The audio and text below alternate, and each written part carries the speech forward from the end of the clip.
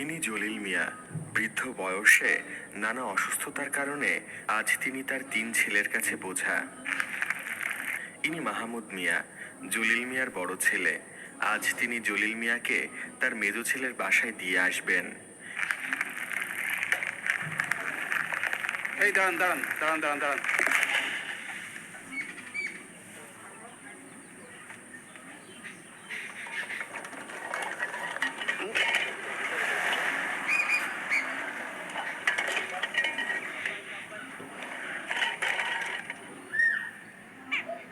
আব্বা আসো আসো।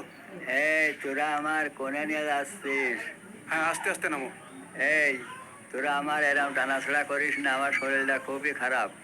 তুমি চুপ করে বসো, এখন বসো।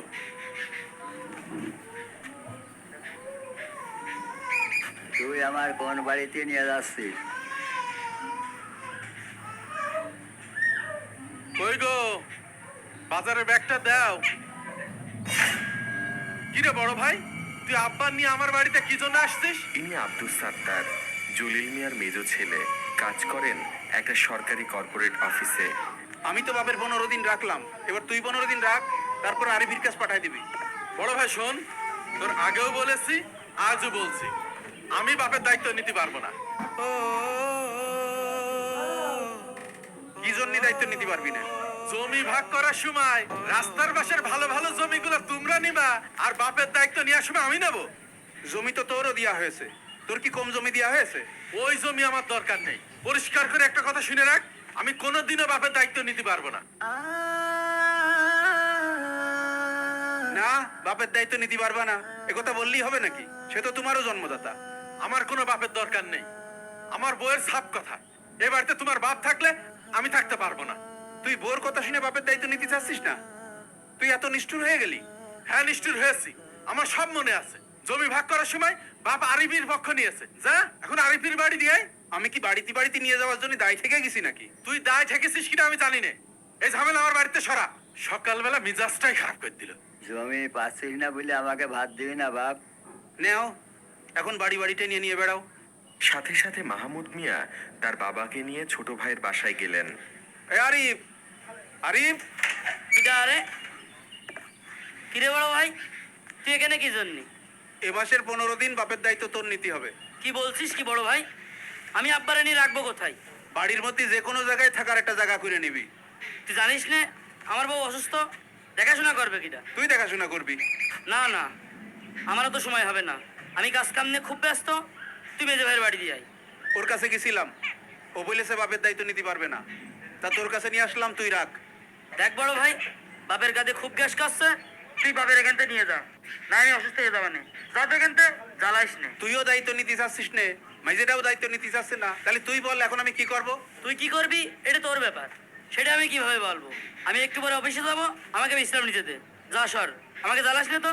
ধুর, মনে হচ্ছে বাগানে ফেলে থুয়ে যাই, ঘরে আর তুলসি না। তুই আমার এখানে কেন নিয়ে আসলি বাপ? নেও, থাকো বইয়ে গোয়াল ঘরে, আর ভারী জ্বালায় বইয়ে গেছি আমি। কোনো উপায়ন্তর না পেয়ে মাহমুদ মিয়া তার বাবাকে গোয়াল ঘরে রেখে আসে। এই জায়গায় শুয়ে থাকো, চিল্লা চিল্লি করবা না। তুই এখানে রেখে যাস না বাপ। জোয়ান জোয়ান 2 ছেলে রয়েছে, রেখে যাস। তারা খোঁজ নেবে না? যত দায় হয়েছে আমার।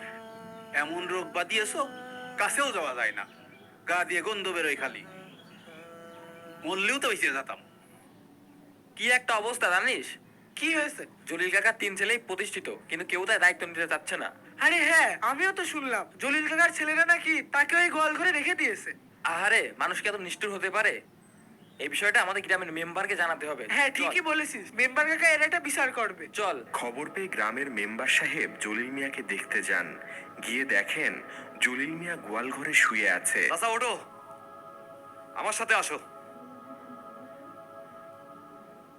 কি ব্যাপার মেম্বার চাচা, আমাকে ডেকেছেন কেন? চাচা, অনেক কাজ কাম ফেলে রেখে এসেছি, যা বলার তাড়াতাড়ি বলেন। তোরা তোদের বাবাকে গোয়াল ঘরে ফেলে রেখেছিস কেন? আরো শুনলাম তোরা নাকি তোদের বাবার কোনো দায়িত্ব নিতে চাচ্ছিস না। চাচা, আমি তো দায়িত্ব নিচ্ছি, ওরা তো দায়িত্ব নিতে চাচ্ছে না। সাত্তার, আরিফ, তোরা কোনো কথা বলছিস না কেন? চাচা, বাপের দায়িত্বের ব্যাপারে আমাকে কিছু বললেন না। আমি রাস্তার পাশে জমি চেয়েছিলাম, বাবা আমাকে না দিয়ে সব আরিফকে দিয়েছে। তাই আমি বাপের দায়িত্ব নিতে পারবো না। আপনাদের বৌমা অসুস্থ, তাছাড়া আমার অফিসের কাজের চাপও অনেক বেড়েছে, এজন্য বাপের দায়িত্ব আমিও নিতে পারছি না। যে জন্মদাতা পিতার উসিলায় তোরা দুনিয়ায় আসলি, যিনি মাথার ঘাম পায়ে ফেলে উপার্জন করে তোদেরকে মানুষ করলো, সেই বাবার দায়িত্ব তোরা কেউ নিতে চাচ্ছিস না? তোরা তো অকৃতজ্ঞ রে। আমরা অকৃতজ্ঞের কি করলাম?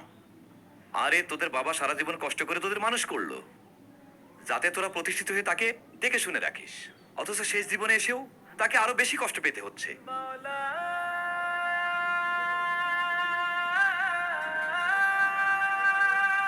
তোদেরও তো ছেলে মেয়ে আছে, তাদের পিছনে যেভাবে দৌড়াচ্ছিস, তোর বাবাও তো একদিন তোদের পিছনে সেভাবে দৌড়িয়েছে। যেদিন তোদের ছেলেমেয়েরা তোদের সাথে এরকম আচরণ করবে, সেদিন বুঝবি এই আচরণ কত কষ্টের। কখনো কি পারবি, কখনো পারবি তোদের বাবার ঋণ পরিশোধ করতে? মহান আল্লাহ তাআলা বলেন, তোমরা তোমাদের পিতামাতার সাথে ভালো ব্যবহার করো, তাদের সাথে বৃদ্ধ বয়সে উপশব্দটিও করো না।